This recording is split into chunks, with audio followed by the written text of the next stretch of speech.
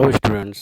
आज हम लोग 10th क्लास का हिस्ट्री का first chapter the rise of nationalism in Europe को पढ़ने जा रहे हैं।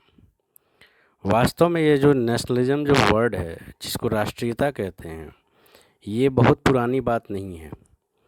आज जो हम लोग पूरे विश्व में जो कई सारे देशों को देखते हैं, चाहे वो इंडिया हो, चाहे यूरोप के अलग अलग देश हों, ये अगर 17th 18th सेंचुरी तक अगर हम टाइम मशीन में बैठा दिया जाए आपको और वहाँ लेके जाया गया 17th 18th सेंचुरी में आपको घूमने का अवसर दिया जाए, तो वहाँ पे आप देश को नहीं पाएंगे, किसी राष्ट्र को नहीं पाएंगे।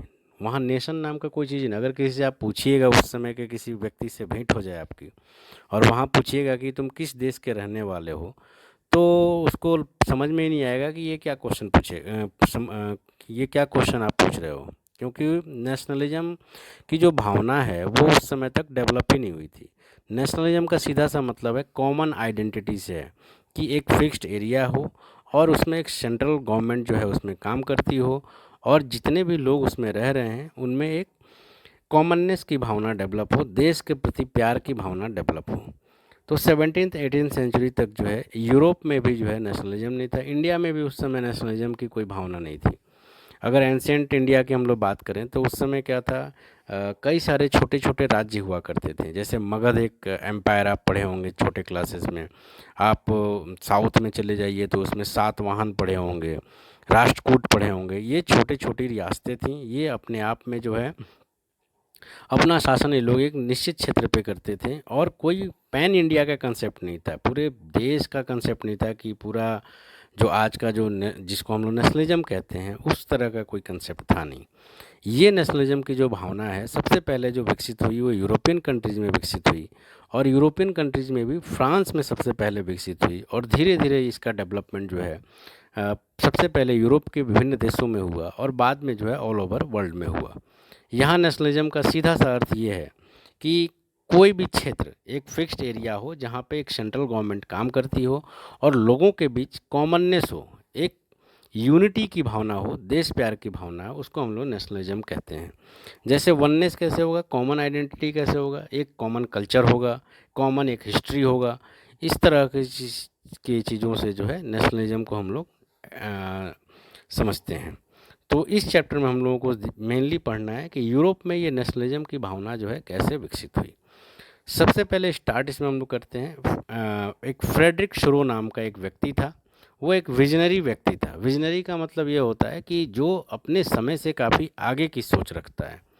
फ्रांस का वो था और उसने क्या किया, वो एक डायग्राम बनाया। उस डायग्राम में उसने प्रिडिक्ट किया कि वो जो आने वाला जो भविष्य होगा उसमें वो भविष्य जो है मोनार्की सिस्टम का नहीं होगा बल्कि डेमोक्रेटिक और सोशल रिपब्लिक कंट्रीज़ का होगा। और उसमें उसने जो है वो अपने आर्ट के माध्यम से वो बताया कि उस समय विश्व के जो अलग अलग देश हैं वो अपने कलर के अपने जो खास पोशाक है, जो नेशनल राष्ट्रीय पोशाक जिसको कहते हैं, वो उस पोशाक से पहचाने जाएंगे। अपने विशेष जो झंडे होंगे उस झंडों से पहचाने जाएंगे और वहाँ मोनार्की सिस्टम ख़त्म हो जाएगा। जो डेस्पोटिक सिस्टम है, जो जिसको निरंकुशवाद कहते हैं, निरंकुशवाद का मतलब कि राजा के पावर पे किसी भी तरीके का कंट्रोल नहीं हो, तो वो समाप्त हो जाएगा और सारे लोग जो है वो एक डेमोक्रेटिक सिस्टम में रहेंगे। सब लोग जो है एक चुनी हुई सरकार के माध्यम से गवर्न किए जाएंगे। इस तरह का जो है फ्रेडरिक शुरो ने एक कल्पना किया। उसने यूटोपियन जिसको हम लोग कहते हैं कि कल्पना उसने किया कि इस तरह का सोसाइटी होने वाला है। 1848 में उसने जिस समय ये कल्पना की थी उस समय न तो आज का जर्मनी था, न आज का इटली था। उस समय जो है शुरू शुरू में जो है फ्रांस में जो है, फ्रांस हाल ही में पहुंचा था। वहाँ पे हाल ही में जो है नेशनलिज्म की स्थापना हुई थी, डेमोक्रेटिक सिस्टम जो है स्थापित हुआ था। स्विट्ज़रलैंड जो है उस तरह के लोग थे यहाँ पे। तो ये फ्रेडरिक शुरो का एक अपना कल्पना है यहाँ पे। हमारा चैप्टर जो स्टार्ट होता है, जो नेशनलिज्म की वास्तव में जो स्थापना होती है, वो सबसे पहले उसका रीजन जो है वो फ्रेंच रिवॉल्यूशन से स्टार्ट होता है। 9th क्लास में भी हमने अच्छे से पढ़ा था फ्रेंच रिवॉल्यूशन को। और उस फ्रेंच रिवॉल्यूशन के बाद जो है, जो रिवॉल्यूशनरीज थे उन लोगों ने कई सारे ऐसे चेंजेस किए फ्रेंच सोसाइटी में, जिसके कारण लोगों के बीच में नेशनलिज्म की भावना स्थापित हुई। मैं फिर बता दे रहा हूँ कि नेशनलिज्म का सीधा सा मतलब ये है कि जो एक क्षेत्र के जो लोग रह रहे हैं उनमें कॉमन आइडेंटिटी डेवलप हो और उनका एक कॉमन कल्चर डेवलप हो।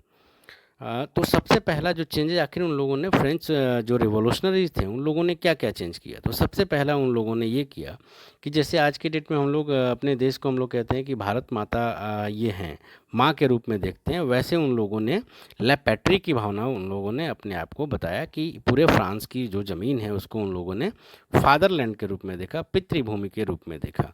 दूसरा जो है, जैसे पहले आपको पता है कि फ्रांस की जो सोसाइटी थी वो स्टेट वाइज डिवाइडेड थी, first state, second state, third state, उसको समाप्त करके सारे जो वहाँ के जो लोग थे उनको ले सिटोइन कहा गया कि आप सब के सब जो हैं वो अब आप नागरिक कहलाएंगे। अब प्रजा आप नहीं रहे, अब आप नागरिक हो गए।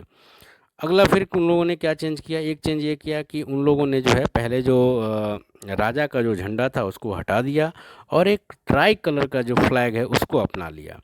उसी तरह जो है पहले जो इलेक्शन होते थे, जो स्टेट वाइज इलेक्शन होते थे उसको समाप्त कर दिया गया और जो स्टेट जनरल जो हुआ करता था संस्था, जो संसद टाइप की संस्था थी, उसका स्टेट जनरल का नाम बदल के नेशनल असेंबली कर दिया गया। उसके बाद जो है शहीदों के नाम पे जो है कई तरीके से शपथ लिए गए, शपथ लिया गया। सबसे बड़ा बात ये किया गया कि जो फ्रांस जो है छोटे छोटे हिस्सों में जो बटा हुआ था उन हिस्सों को हटा के फ्रांस में एक सेंट्रलाइज एडमिनिस्ट्रेशन स्थापित कर दिया गया। मतलब राजा जो है वो सर्वे सर्वा बना दिया गया और फ्रांस के जो अलग अलग क्षेत्र थे उन सारे क्षेत्रों में अलग अलग कानून चलते थे, उन कानूनों को समाप्त करके वहाँ पे एक यूनिफॉर्म लॉज बना दिया गया। मतलब पूरे देश में एक ही प्रकार के कानून लागू रहेंगे। पहले क्या था कि अलग अलग राज्य में आप जाइए फ्रांस के तो अलग अलग कानून चल रहे हैं। कहीं पे जो है मान लीजिए अगर चोरी की सज़ा मौत है तो कहीं पे चोरी की सज़ा मिनिमम है। अब यहाँ पे क्या किया गया कि वो सब सिस्टम हटा के एक यूनिफॉर्म लॉज बना दिया गया। उसी तरह जो है फ्रांस के जो विभिन्न क्षेत्र थे, एक क्षेत्र से दूसरे क्षेत्र में जाने पे अलग अलग टैक्सेस देने पड़ते थे, उन टैक्सेस को सारे को समाप्त कर दिया गया और जो है वो सारा का सारा जो इंटरनल ड्यूटीज़ एंड टैक्सेस जो रहते थे उनको समाप्त कर दिया गया। फिर उसके बाद क्या हुआ, वेट्स एंड मेजर्स, जो माप तौल की जो प्रणाली थी फ्रांस के विभिन्न हिस्सों में अलग अलग थी। कहीं पे सपोज कीजिए 1 मीटर में 100 सेंटीमीटर होता है तो कहीं पे 1 मीटर में 105 सेंटीमीटर होता था, कहीं पे 90 सेंटीमीटर ही होता था। तो ये अलग अलग जो है वो माप तौल की इकाइयाँ रहती थीं। ये अब क्या किया गया कि ये भिन्न माप तौल की जो इकाइयाँ थीं उनको समाप्त करके एक कॉमन जो है वो वेट एंड मेजर्स को अपना लिया गया। और लास्ट में क्या किया गया कि जो क्षेत्रीय भाषाएं जो बोली जाती थी, अलग अलग क्षेत्रों में अलग अलग भाषा जो बोली जाती थी उसको हतोत्साहित किया गया, उसको डिमोरलाइज किया गया और जो फ्रांस में जो फ्रेंच लैंग्वेज बोला जाता था उसी को जो है नेशनल लैंग्वेज का दर्जा दे दिया गया। तो इन सब चीज़ों से हुआ क्या, फिर हुआ ये कि फ्रांस में जो है वो कॉमननेस की भावना डेवलप हो गई। तो फ्रेंच रिवॉल्यूशन से ही जो है नेशन बिल्डिंग या नेशनलिज्म की शुरुआत हुई।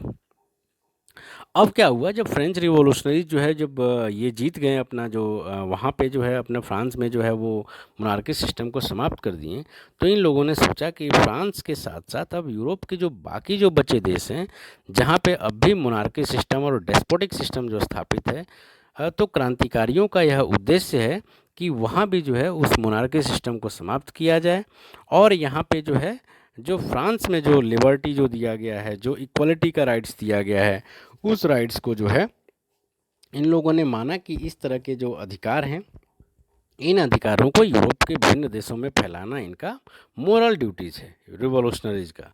साथ ही साथ जैसे ही जो रिवॉल्यूशन की बात दूसरे देशों में पहुंची, वहाँ का जो मिडिल क्लास था, जो वहाँ का जो पढ़ा लिखा वर्ग था, फ्रांस की तर्ज पे वहाँ भी जो है जैकोबिन क्लब को स्थापित करने लगा। और अंततः क्या हुआ, जो ये रिवॉल्यूशनरी जो आर्मी थी, जो फ्रांस की सेनाएं थीं, जहाँ जहाँ जाती थीं दूसरे देशों में विजय करने के लिए, उन देशों में जो है फ्रेंच रिवॉल्यूशन की जो आइडियाज़ थे, जो आइडियल्स थे, जैसे इक्वलिटी, लिबर्टी, फ्रेटर्निटी, इन सब विचारों को अपने साथ जो है दूसरे देशों में भी एक्सपेंड कर रही थी। इसके बाद हम लोग जानते हैं कि फाइनली क्या हुआ कि फ्रांस जो है, फ्रांस में फाइनली जो है 1804 के आसपास जो है वो नेपोलियन आ जाता है। नेपोलियन जैसे ही फ्रांस पे, उसने पहला काम तो ये किया कि फ्रांस में जो फ्रेंच रिवॉल्यूशन के माध्यम से जो डेमोक्रेटिक सिस्टम स्थापित किया जा रहा था उसको समाप्त करके वास्तव में फिर से जो है ये मोनार्की सिस्टम को स्थापित कर दिया, राजतंत्र को फिर से स्थापित कर दिया। लेकिन नेपोलियन ने कई सारे एडमिनिस्ट्रेटिव रिफॉर्म्स किए थे, कई सारे प्रशासनिक सुधार किए थे और उन सुधारों को एक कानून का रूप दिया गया 1804 में, जिसको हम लोग नेपोलियनिक कोड के नाम से जानते हैं या नेपोलियन की संहिता के नाम से जानते हैं। उसमें क्या क्या किया गया? पहला काम तो ये किया गया कि उसने जो है सबसे पहले काम किया कि जो प्रिविलेज बेस्ड सोसाइटी हुआ करता था, जो जन्मजात कई सारे अधिकार मिले हुए थे, उस प्रिविलेज बेस्ड सोसाइटी को नेपोलियन ने समाप्त कर दिया। मतलब इक्वलिटी का राइट सबको दे दिया। अब ऐसा नहीं है कि राजा का बेटा ही राजा बनेगा, ब्यूरोक्रेट का बेटा ही ब्यूरोक्रेट बनेगा। अब जिसमें योग्यता है वो आगे बढ़ सकता है। अगला इसने काम क्या किया? नेपोलियनिक कोड के माध्यम से इसने ये बनाया कि लॉ के सामने सबको इक्वलिटी होगा। मतलब कानून के नज़र में सभी लोग बराबर होंगे, कोई ऊंच नीच की भावना नहीं रहेगी। इसी तरीके से इसने एक काम और किया कि राइट टू प्रॉपर्टी जो है वो सबको दे दिया। पहले हम लोग जानते हैं कि फ्रेंच सोसाइटी में क्या था कि संपत्ति का अधिकार आम लोगों को नहीं था, वो चर्च के लोगों को था और ये मतलब फर्स्ट और सेकंड स्ट्रीट के लोगों को ही था। लेकिन इसने क्या किया कि सभी लोगों को जो है ये प्रॉपर्टी का राइट दे दिया। इसके अलावा इसने फ्यूडल सिस्टम को समाप्त कर दिया। फ्यूडल सिस्टम का मतलब क्या है?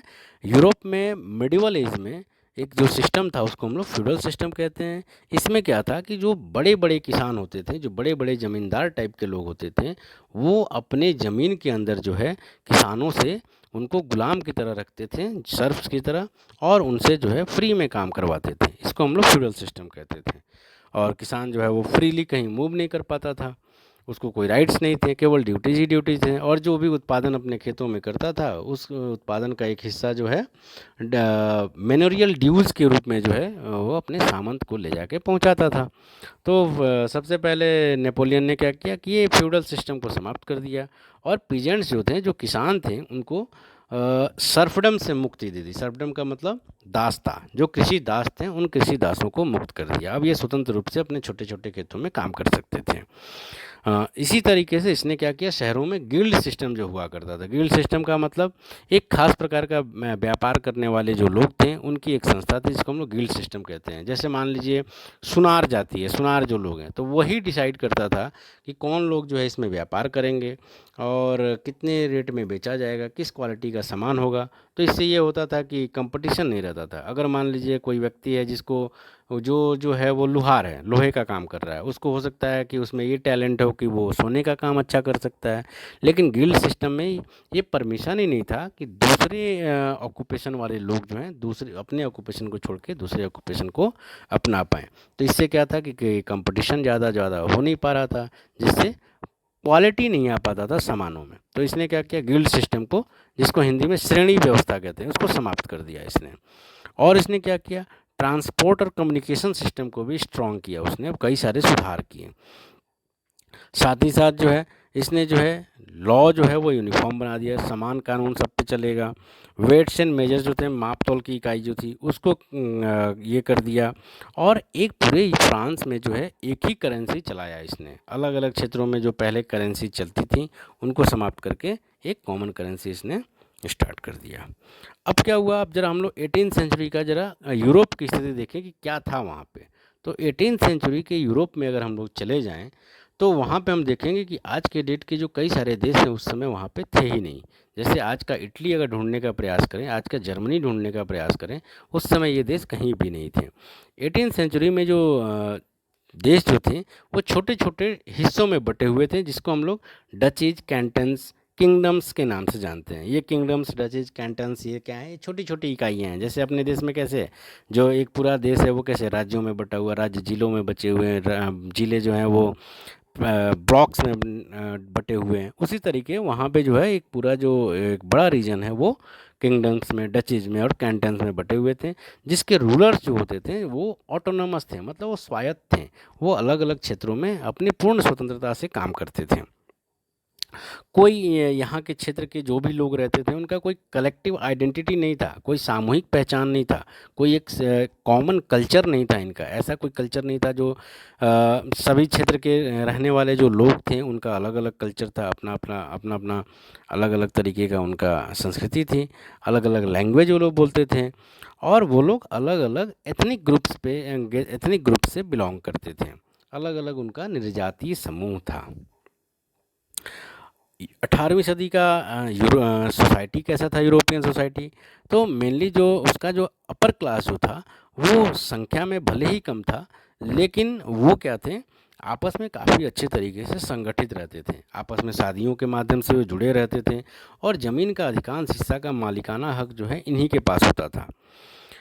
ये लोग आपस में बात जो करते थे वो फ्रेंच लैंग्वेज में करते थे, लेकिन इनका जो है समाज में जो है संख्या काफ़ी कम था।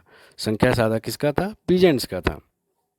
लेकिन पीजेंट्स जो थे वो छोटे-छोटे ज़मीन के टुकड़े पे काम करते थे। ये कई सारे तो अगर ईस्टर्न यूरोप की हम लोग बात करें तो वहाँ पे जो है वो कई सारे जो हैं वो सर्फडम अभी भी था वहाँ पे। वहाँ पे अभी भी किसान जो हैं वो गुलामों की स्थिति में रहते थे। तो इस तरह का वहाँ पे सोसाइटी था कि छोटा जो संख्या में जो समूह था, वो जो है वो क्या कर रहा था, बड़े समूह को डोमिनेट कर रहा था और बड़े समूह को कोई राइट्स नहीं दिया गया था। अब सवाल ये पैदा होता है कि फिर ये नेशनलिज्म की भावना पैदा कहाँ से हुई? तो नेशनलिज्म की भावना ऐसे पैदा हुई कि जैसे ही जो है यूरोप में इंडस्ट्रियलाइजेशन जब हुआ, जब औद्योगिकरण हुआ, तो उद्योग जो है धीरे-धीरे डेवलप होने लगे। अब जैसे ही इंडस्ट्री बनने लगा तो एक नया क्लास उभर के आया जिसको हम लोग मिडिल क्लास कहते हैं, मध्यम वर्ग कहते हैं। अब ये मिडिल क्लास कहते हैं किसको हैं? तो मिडिल क्लास का सीधा-सा मतलब ये है कि वो सारे क्लास जो नॉन एग्रीकल्चरल एक्टिविटीज़ से अपना जीवन यापन करते हैं। मतलब ये कि किसानों को छोड़ के जितने भी क्लास हैं, जैसे टीचर हो गए, लॉयर हो गए, डॉक्टर हो गए, इंजीनियर हो गए, ट्रेडर्स हो गए, ये सारे के सारे जो हैं मिडिल क्लास कहलाएंगे। क्यों? क्योंकि इनकी आजीविका जो चल रही है वो कृषि के ऊपर निर्भर नहीं है। ये स्वतंत्र रूप से ये अपना गैर कृषि काम करके अपनी जो है आजीविका चलाते हैं। और इनके साथ समस्या ये था कि जब इंडस्ट्रियलाइजेशन बढ़ा तो इनका सारा काम व्यापार पे निर्भर था और व्यापार के लिए जो है रिस्ट्रिक्शन हटाना ज़रूरी था और पैसा इनके पास आ गया पर इक्वालिटी नहीं था इनके पास, समाज में इज्जत नहीं था। तो ये लोग जो हैं इसी वर्ग में जो मिडिल क्लास जो है उस यूरोप का, इसी वर्ग में जो है वहाँ पे सबसे पहले नेशनलिज्म की भावना पनपी। और वो जो नेशनलिज्म की भावना पनपी उसको हम लोग लिबरल नेशनलिज्म के नाम से जानते हैं। उदारवादी राष्ट्रीयता, ये लोग क्या डिमांड करते थे? ये इनका अगर देखा जाए तो 3 तरीके का इनका डिमांड था। सोशल लिबरलिज्म, समाज ये कैसा चाहते थे? तो ये समाज ऐसा चाहते थे कि वैसे समाज में ये जीना चाह रहे थे जहाँ पे प्रिविलेज बेस्ड जो सोसाइटी था, जो जन्मजात अधिकार मिले हुए थे, उन अधिकारों की समाप्ति चाहते थे। व्यक्तिगत स्वतंत्रता चाहते थे ये। और क्या चाहते थे कि कानून के समक्ष जो है सबको जो है समानता का अधिकार हो। साथ ही साथ ये फ्रीडम ऑफ प्रेस भी चाह रहे थे, मतलब प्रेस की स्वतंत्रता हो। इसका मतलब ये कि राइट टू एक्सप्रेशन होना चाहिए, अभिव्यक्ति की स्वतंत्रता मिलनी चाहिए। पॉलिटिकल लिबरलिज्म, पॉलिटिक्स के क्षेत्र में क्या चाहते थे? तो पॉलिटिक्स में के क्षेत्र में लिबरल नेशनलिज्म जो विचारधारा थी वो ये चाहते थे कि जो गवर्नमेंट बने वो लोगों की सहमति से बननी चाहिए, गवर्नमेंट बाय कंसेंट, और संविधान होना चाहिए और जो है पार्लियामेंट होना चाहिए और लोगों के द्वारा चुने गए रिप्रेजेंटेटिव जो है रूलर होने चाहिए। साथ ही साथ ये चाहते थे कि राइट टू प्रॉपर्टी जो है वो लोगों के पास होना चाहिए। साथ ही साथ लेकिन एक बात यहाँ पे इनका एक ड्रॉबैक भी है, ये पॉलिटिकल लिबरलिज्म जो थे वो यूनिवर्सल सफरेज नहीं देना चाहते थे, मतलब यूनिवर्सल फ्रेंचाइजी जिसको कहते हैं सार्वभौम वयस्क मताधिकार, उसके पक्ष में नहीं थे ये कहते थे कि जिनके पास संपत्ति नहीं है और सभी महिलाओं, इनको जो है वोटिंग राइट्स देने के ये लोग पक्ष में नहीं थे। इसका मतलब आज की जो हम लोग डेमोक्रेटिक कहते हैं वो वास्तव में ये लोग लिबरल नेशनलिज्म जो थे वो पूरी तरीके से डेमोक्रेटिक नहीं थे, क्योंकि ये महिलाओं को और जिनके पास प्रॉपर्टी नहीं है उन लोगों को जो है वो वोटिंग राइट्स देने के फेवर में नहीं थे। आर्थिक क्षेत्र में इनका क्या डिमांड था लिबरल नेशनलिज्म को मानने वाले लोगों का? आर्थिक क्षेत्र में ये चाहते थे कि मार्केट्स जो हैं, अलग अलग जो बाज़ार हैं वो बिल्कुल खुले हुए होने चाहिए और राज्य के द्वारा जो टैक्सेस लिए जा रहे हैं वस्तुओं की आवाजाही पे, उनको समाप्त ये करवाना चाहते थे। साथ ही साथ ये चाहते थे कि पूरे क्षेत्र में जो है एक ही जो है वो टैक्स लिया जाए। अलग अलग क्षेत्र, जैसे एक राज्य से दूसरे राज्य में जा रहे हैं तो टैक्स नहीं होना चाहिए, ड्यूटीज नहीं होना चाहिए। तो इस तरीके का इनका डिमांड था लिबरल नेशनलिज्म का। इसके तहत इन लोगों ने क्या किया, प्रशा की पहल पे, प्रशा जो है इसका स्पेलिंग PRUSSIA है। प्रशा जो है इसको आज का जो जर्मनी है, उस जर्मन एरिया का जो सबसे डोमिनेंट स्टेट था उसका नाम प्रशा था। और प्रशा की अगुवाई में 1834 में इन लोगों ने एक कस्टम यूनियन का निर्माण किया जिसका नाम जोल्वराइन था। जोल्वराइन क्या था, अभी मैं जैसे बताया कि पहले क्या था कि एक स्टेट से दूसरे स्टेट में जब लोग जाते थे तो उनको टैक्सेस देना पड़ता था। लोग जो हैं एक क्षेत्र से दूसरे क्षेत्र में आसानी से नहीं जा पाते थे। तो इन सब टैरिफ बैरियर्स जो थे उसको समाप्त करने के लिए जोल्वराइन नामक एक कस्टम यूनियन, शुल्क संघ बनाया गया 1834 में। ये प्रशा की पहल पे बनाया गया था और बाकी जर्मन क्षेत्र जो हैं, जर्मन स्पीकिंग जो रीजन हैं, इसको बाद में इसमें ज्वाइन कर लिए। इसके तहत क्या किया गया जोल्वराइन के तहत, टैरिफ बैरियर्स जो थे, जो अवरोध थे, जो उन अवरोधों को समाप्त कर दिया गया। अलग अलग जो टैरिफ्स और टैक्सेस लिए जाते थे उनको समाप्त कर दिया गया। और करेंसीज की जो संख्या जो 30 से अधिक थी जिसमें ये लोग व्यापार करते थे, उसको घटा के अब 2 कर दिया गया। मतलब अब जो है ट्रेड जो है वो मात्र 2 करेंसी में ही करना था। साथ ही साथ जो है रेलवे नेटवर्क का जो है विस्तार किया जाने लगा ताकि जो है लोगों का फ्री मूवमेंट हो पाए और जोल्वराइन जो है वो ज़्यादा स्ट्रांग हो जाए। अब क्या हुआ, नेपोलियन के कारण क्या हुआ, नेपोलियन चूँकि एक महत्वाकांक्षी व्यक्ति था, वो चाहता था कि फ्रांस का जो है वो एक्सपेंशन हो, तो वो अलग अलग देशों को अपने कब्जे में करने लगा यूरोप के। इससे क्या हुआ, यूरोप के अधिकांश क्षेत्र जो हैं वो नेपोलियन के हिस्से में आने लगे। शुरू में तो वहाँ के लोगों को बड़ा मज़ा आया, उनको लगा कि अरे नेपोलियन तो बड़ा अच्छा आदमी है, यहाँ जहाँ जहाँ वो गया एडमिनिस्ट्रेटिव रिफॉर्म कर रहा था, और जो नेपोलियनिक कोड था उसको वहाँ भी लागू कर रहा था, तो लोगों को बड़ी खुशी हुई। लेकिन ये खुशी जल्दी ही उनको समझ में आने लगा कि चूँकि नेपोलियन जो है वो मेनली जो है एक साम्राज्यवादी व्यक्ति था, तो वो चाहता था कि फ्रांस का विस्तार हो, उसको बाकी लोगों से क्या मतलब है। तो उसने क्या कर दिया कि जिन क्षेत्रों को विजित किया था इसने, जिन क्षेत्रों को जीता था, उन क्षेत्रों में जो है वो पॉलिटिकल फ्रीडम को समाप्त करने लगा, मतलब लोगों की स्वतंत्रता छीनने लगा। साथ ही साथ चूँकि उसको मेन पैसा चाहिए था ताकि वो फ्रांस का विकास हो, इसलिए वहाँ के लोगों पे वो टैक्स बढ़ाना शुरू कर दिया। साथ ही साथ क्या किया, चूँकि जो है उसको पूरे यूरोप को जीतना था, उसका तो उद्देश्य था यूरोप को जीतना। यूरोप को जीतने के लिए सेना की ज़रूरत थी, तो जिन देशों पे ये आक्रमण करता था, वहाँ जिसको अपने अधीन में करता था, उन देशों के लोगों को जबरन अपनी फ़ौज में भर्ती करने लगा। साथ ही साथ वहाँ पे सेंसरशिप लगा दिया। अब सेंसरशिप क्या है, तो सेंसरशिप का मतलब कि राइट टू एक्सप्रेशन नहीं है आपके पास, अभिव्यक्ति की आज़ादी नहीं है, कुछ भी लिखने से पहले आपको गवर्नमेंट की परमिशन लेनी पड़ेगी। तो ये सब जब लोगों ने देखा तो उनको लगा कि भाई ये तो जो एडमिनिस्ट्रेटिव रिफॉर्म के फ़ायदे हैं उससे ज़्यादा नुकसान ही है। तो वो लोग जो हैं धीरे धीरे फिर नेपोलियन का अपने देशों में विरोध करने लगे। जब नेपोलियन का आतंक बढ़ने लगा और चारों तरफ ये लड़ाई करने लगा, तो यूरोप के 4 जो देश थे, ब्रिटेन था, रशिया था, प्रशा था और ऑस्ट्रिया, ये चारों जो है मिलकर जो है उन लोगों ने 1815 में जो है नेपोलियन को वाटरलू के बैटल ऑफ वाटरलू हुआ था, वाटरलू नामक जगह पे लड़ाई लड़ी गई थी और वहाँ पे नेपोलियन को हरा दिया गया। हराने के बाद जो है 1815 में ऑस्ट्रिया का जो चांसलर था ड्यूक मेटरनिक, उसके नेतृत्व में वहाँ पे एक मीटिंग बुलाई गई और मीटिंग बुलाई गई कहाँ, ऑस्ट्रिया की राजधानी वियना में। उसमें ये मेनली मीटिंग इसलिए बुलाई गई थी कि नेपोलियन के युद्धों के कारण जितने भी बदलाव आए थे, जितने भी चेंजेज आए थे, उन चेंजेज को रिस्टोर करना था, मतलब फिर से वैसे पुरानी स्थिति, फ्रेंच रिवॉल्यूशन से पूर्व की स्थिति में वहाँ पे सिचुएशन इस्टेब्लिश करना था। क्योंकि इनको डर था कि अगर इसको नहीं रोका गया तो फ्रेंच रिवॉल्यूशन से जो उभरी हुई जो आइडियाज़ हैं, जो डेमोक्रेटिक, जो लिबर्टी, राइट टू प्रॉपर्टी वाले आइडियाज़ हैं, वो यूरोप के दूसरे देशों में फैलेंगे और वो अगर वहाँ फैलते हैं तो फिर मोनार्की सिस्टम जो इस्टेब्लिश है उन देशों में उसको खतरा होगा। इसलिए ड्यूक मेटरनिक जो वियना का उस समय चांसलर था, उसने क्या किया, वियना में जो है उसने एक ट्रीटी की और उस ट्रीटी में इन चारों देशों ने फ्रांस के साथ एक संधि किया जिसको हम लोग ट्रीटी ऑफ वियना के नाम से जानते हैं। अब इसमें क्या किया गया, ट्रीटी ऑफ वियना का मेन उद्देश्य क्या था, तो उन सारे चेंजेस को समाप्त करना जो नेपोलियन के युद्धों के कारण हुए हैं और उसमें ट्रीटी ऑफ वियना के तहत पहला काम तो ये किया गया कि कहा गया कि फ्रांस जब तक ताकतवर रहेगा तब तक जो है परेशानी का कारण रहेगा। इसलिए फ्रांस के बाउंड्रीज पे अलग अलग देश इस्टेब्लिश कर दिए गए ताकि भविष्य में ये एक्सपेंशन न कर पाए, बफर जोन के रूप में स्थापित कर दिया गया। जैसे फ्रांस के नॉर्थ में क्या किया गया, नीदरलैंड को बसा दिया गया, एक नया देश स्थापित कर दिया गया जिसका नाम नीदरलैंड्स था।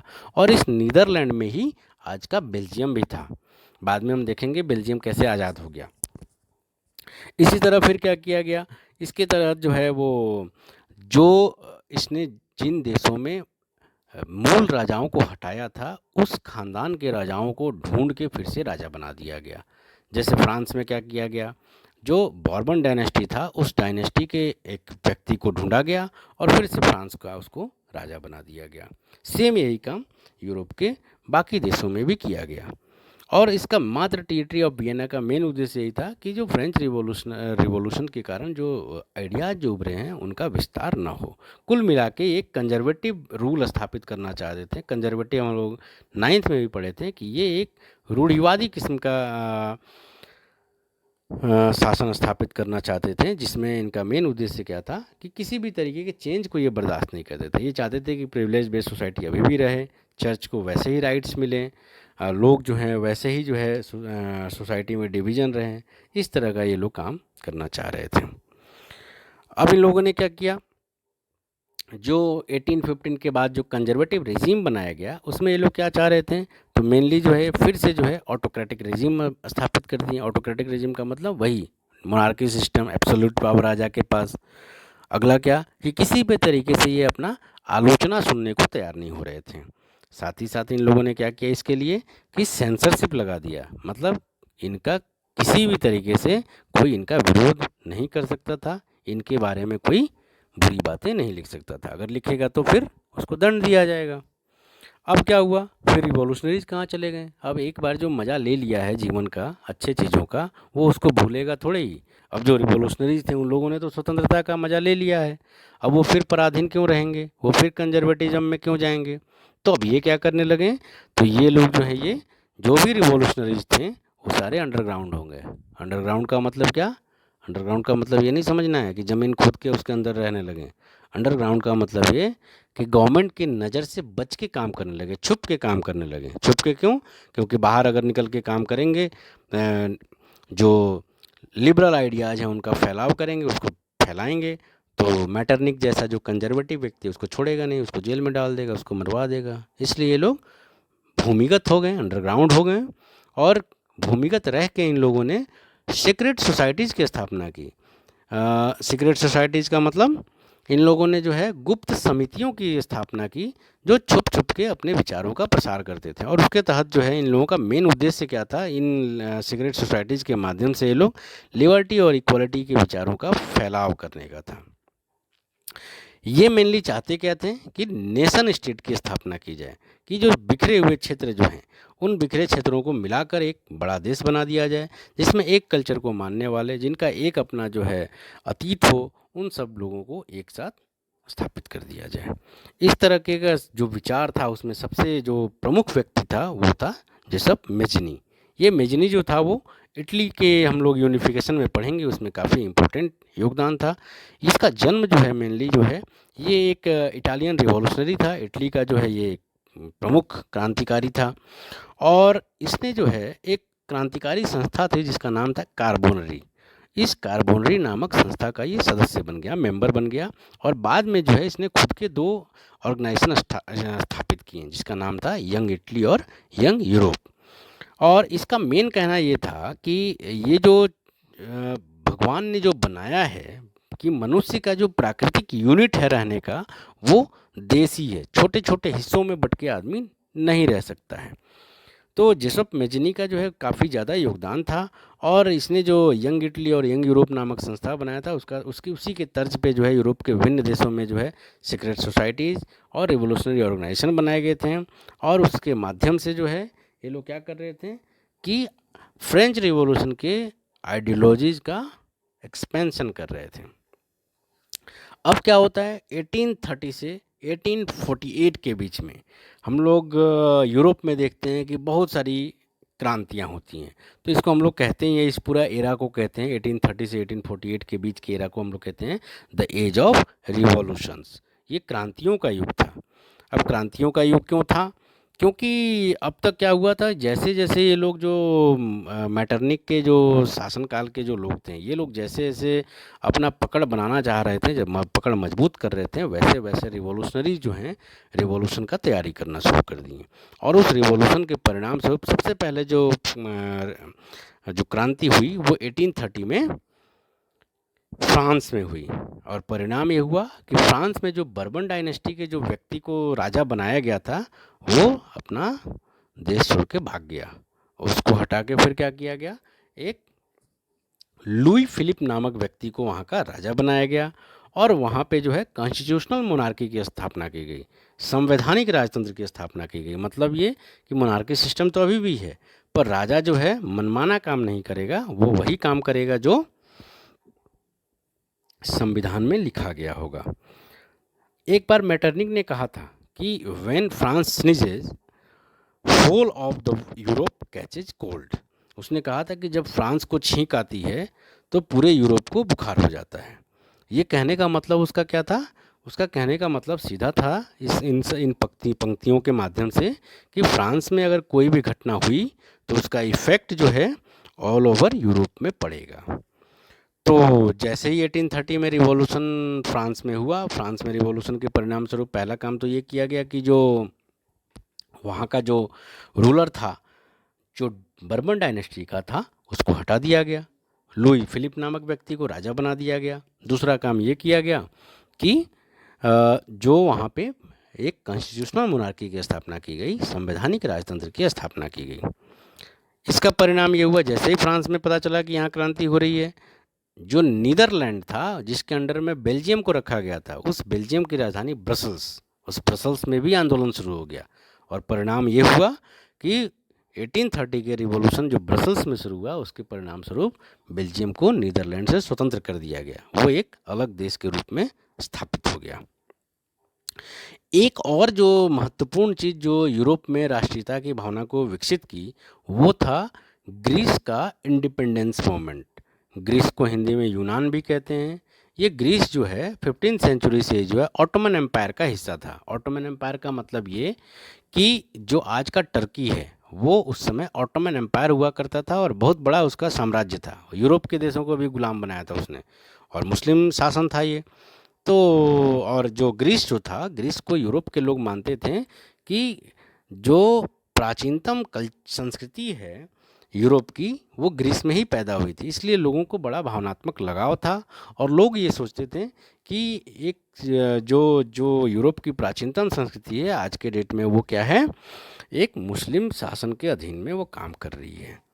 तो वहाँ के लोगों ने जो है ग्रीस में जो है 1821 में इंडिपेंडेंस मूवमेंट शुरू हो गया। वहाँ पर राष्ट्रीयता आंदोलन शुरू हो गया कि अब हमको गुलाम बन के नहीं रहना है।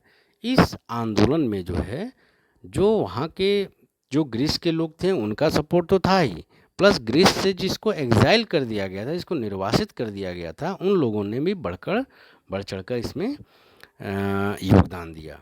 और यूरोप के विभिन्न देशों के लोगों का भी इसमें योगदान था। जैसे एक इंग्लिश पोएट थे लॉर्ड बायरन।